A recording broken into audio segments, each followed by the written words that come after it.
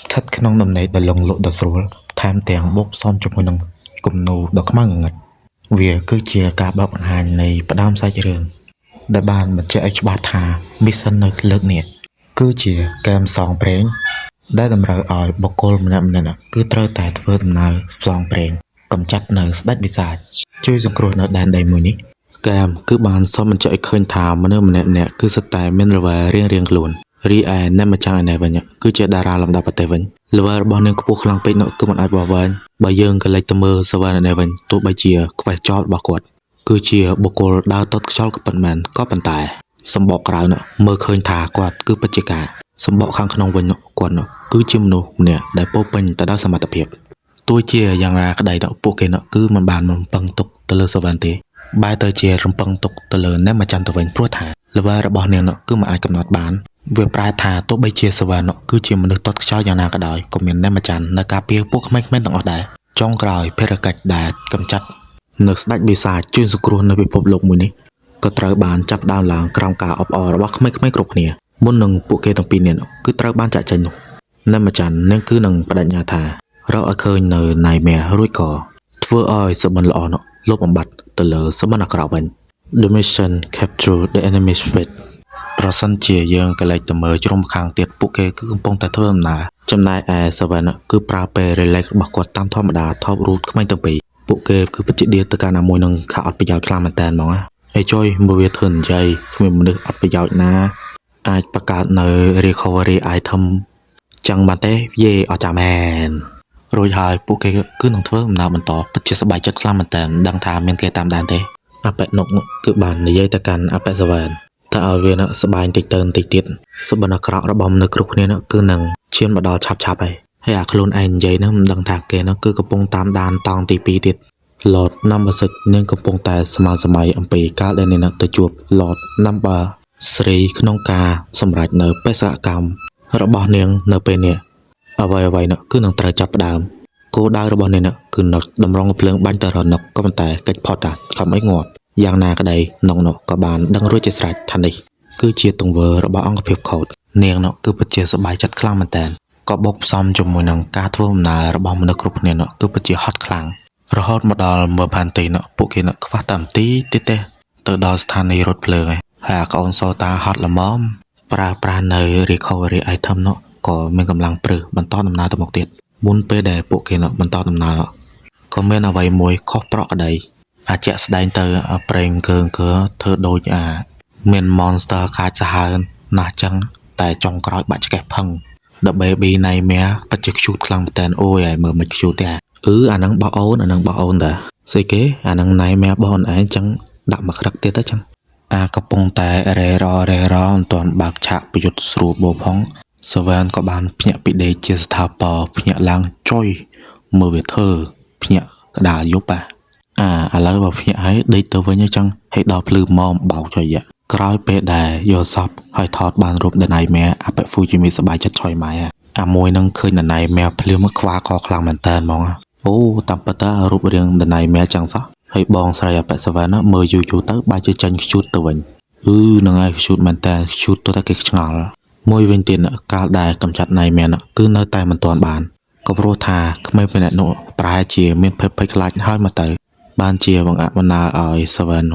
ភ្ញាក់ពីដេកត្រឹមនឹងសំបីតែអាក្មេងម្នាក់នោះក៏ភ្ញាក់ពីដេកផងដែរវាប្រែថាអ្នកសវណ្ណនោះគឺជាបរិសម្នាក់ដែលនៅក្នុងសាលាសិល្បៈមួយគាត់គឺគ្មានចំណាប់អារម្មណ៍ទៅនឹងការគោរពទេក៏ប៉ុន្តែថ្មីនេះមនុស្សនៅជុំវិញខ្លួនគាត់នោះគឺបានសង្កេតឲ្យឃើញថា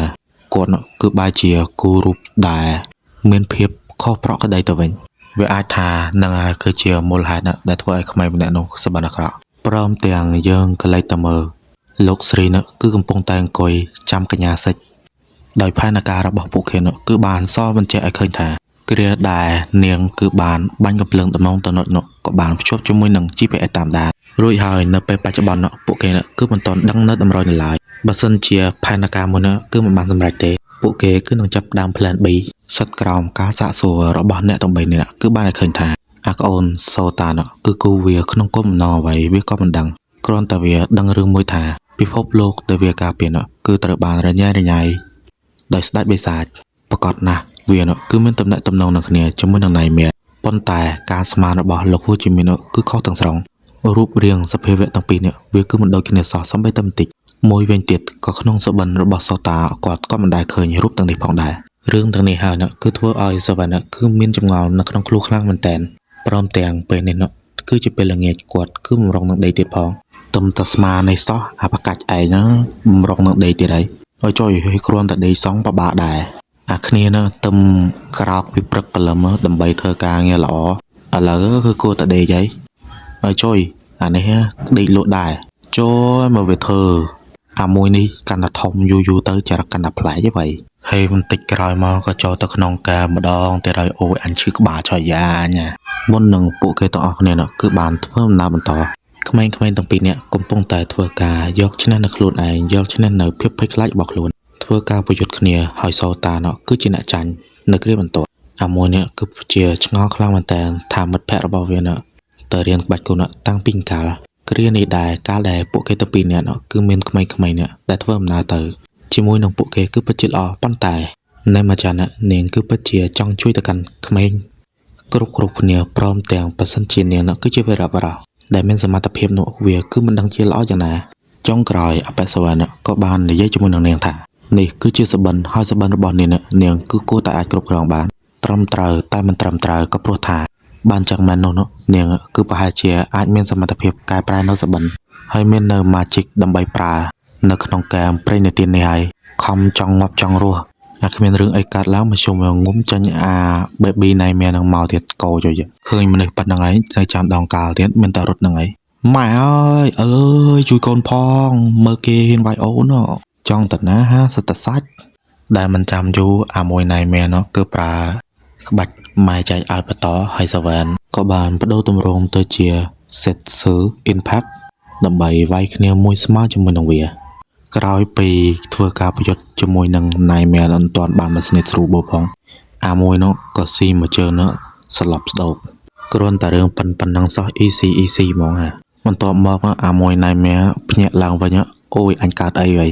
ហើយការប្រយុទ្ធរវាងសាវ៉ានហើយនឹងអាមួយណៃមែនក៏បានបន្តអារត់មិនទាន់បានវាយគេត្រូវផងក៏ដួលធ្វើឲ្យសាវ៉ាននៅក្នុងវិភពពិតហួសចិត្តចុយអញ្ចឹងហើយបានថាអា baby ណៃមែនគឺឥឡូវគឺធ្វើជាបើសាក់ទៅឲ្យអាប៉ែសាវ៉ានវាយតាមចិត្តហើយឥឡូវហ្នឹងប្រើនៅ ultimate របស់ខ្លួនដាក់តាមដៃធ្វើឲ្យខ្ទេចឈើអានេះចង្រៃណាអាប៉ុណ្ណឹងហើយអាមួយហ្នឹងនៅតែមិនទាន់ងាប់ទៀតឥឡូវហ្នឹងអា baby ណៃមែនជឿជាក់ខ្លាំងតែខ្លួនឯងខ្លាំងចុងក្រោយរត់ធ្វើមិនដឹងអាប៉ែសាវ៉ានហួសចិត្តជាលើកទី2កន្លែងទៅមើលអាប៉ែនុកនេះវិញកំពុងតែដើរទៅវិញទៅមកដឹងដើររកអីទេអាមួយហ្នឹងហើយកំឡុងពេលដែលអាប៉ែសាវ៉ានគឺបានចាក់ចាញ់ពួកក្មេងៗគឺនៅកន្លែងធម្មតាដែលកន្លែងទៅមើលនុកក៏ពួនឡើងវិញហើយអាមួយនុកហ្នឹងក៏បន្តដើរទៅមុខទៀតហើយដើររហូតទាល់តាគេដាក់ឧបករណ៍តាមដានប៉ុណ្ណឹងហើយនៅមិនដឹងខ្លួនទេណាដើរមកដល់ស្ពានមួយក៏ត្រូវសត្រូវរបស់ខ្លួនឯងកាក់ផ្លូវមកកញ្ញាឡតណាំអាសិនក៏បោះពាក្យទៅកាន់អបិនុចថាគឺជាជនក្បត់បកគោខ្លួនមកលឿនអាមួយហ្នឹងក៏មិនចោលនិយាយថាប៉ះសិនបើជាខ្លួនឯងលះបង់ជីវិតចំពោះអង្គការខូតដល់ថ្នាក់ហ្នឹងហើយខ្លួនគឺនឹងសម្រាប់បំណងចោះក៏ប្រែទៅជានុក shadow តម្រង់កណ្ដុងទៅកាន់ឡត number 6ប៉ុន្តែនិយាយទៅប៉ែមិនទាន់បានប្រមាណផងឡត number 5ក៏មកកាក់ធ្វើស៊ីអបិនុចទៅហើយដែលព្រមទាំងយកអាវុធប្រយុទ្ធរបស់នុចធ្វើជារបស់ខ្លួនទៀតផងខូត number 4បើសិនជាដឹងរឿងអីប្រាប់អញអស់មកហើយចូលអាណាភ្លើប្រាប់អាជនក្បត់គូប្រកួតរបស់ឯងគឺជាយើងរួចហើយក៏ឆាចនៅ ultimate ធ្វើឲ្យនុចធ្លាក់ចូលទៅក្នុងទីកន្លែងផ្សេងទៀតបន្ទាប់មកក៏វាយនុកយ៉ាងកម្រោលខ្លាំងមែនតើដែលហេតុថានៅបច្ចុប្បន្ននេះគឺជាបន្ទប់ធ្វើទារុណកម្មរបស់ Lord Namavai ដែលបែបមួយនេះគឺមិនចេះវាយក្បាច់អញ្ញៃអីច្រើនដូចគេអ្វីដែលគឺជាជំនាញរបស់ Lord Namavai ហ្នឹងគឺកម្លាំងសុទ្ធយកតែហ្មងទោះបីជាត្រូវកណ្ដាប់ដៃរបស់អបិនុចក៏ពិតមែនប៉ុន្តែអបិនុចគឺនៅតែគ្មានគីឡូជាមួយនឹង Lord Namavai ដដែលត្រូវចាប់ចងមួយឯងដឹងទេ Code Number 4 សัตว์ប្រមាញ់របស់យើងគឺមិនដែលឲ្យវារួចផុតពីកញ្ញាំរបស់យើងទេវារួចផុតពីកញ្ញាំរបស់យើងដរាបណាវាគឺស្លាប់ជាមុនសិនវាគឺជា style របស់យើងនឹងឯងចំណែកអាមួយណៃមែវិញគឺនៅតែរត់ដដែលបច្ចុប្បន្ននេះសាវ៉ានគឺនឹងបដិញ្ញានៅក្នុងចិត្តថានឹងកម្ចាត់វាឲ្យបាន ទីបញ្ចប់របស់វានោះគឺបូកផ្សំជាមួយនឹងការដែលវាយកសបិនរបស់អ្នកដទៃនោះយកមកលេងសើចធ្វើឲ្យវាខ្លាចជាការពិតហ្នឹងឯងក៏ទោះបីជាវានោះខំរត់គេចខ្លួនយ៉ាងណាក៏ដោយក៏សវណ្ណប្រើនៅ ultimate ញិចវានោះឲ្យងាប់ជាស្ថាពរចឹងហើយទៅថាអ្វីនោះគឺបានសម្រេចបញ្ហាមួយនោះមិនទាន់ដោះស្រាយផងនោះចូលមកបញ្ហាមួយទៀតដែរអាមួយណៃមាននៅក្នុងសបិនរបស់បុគ្គលដែលសបិនគឺមានលើសពី2ទៅទៀតអញ្ចឹងហើយទៅថាបច្ចុប្បន្នហ្នឹងអបិសវណ្ណរៀងវេទនាបន្តិចហើយអ្វីដែលអាមួយនឹងគិតគឺមិនដែលខុស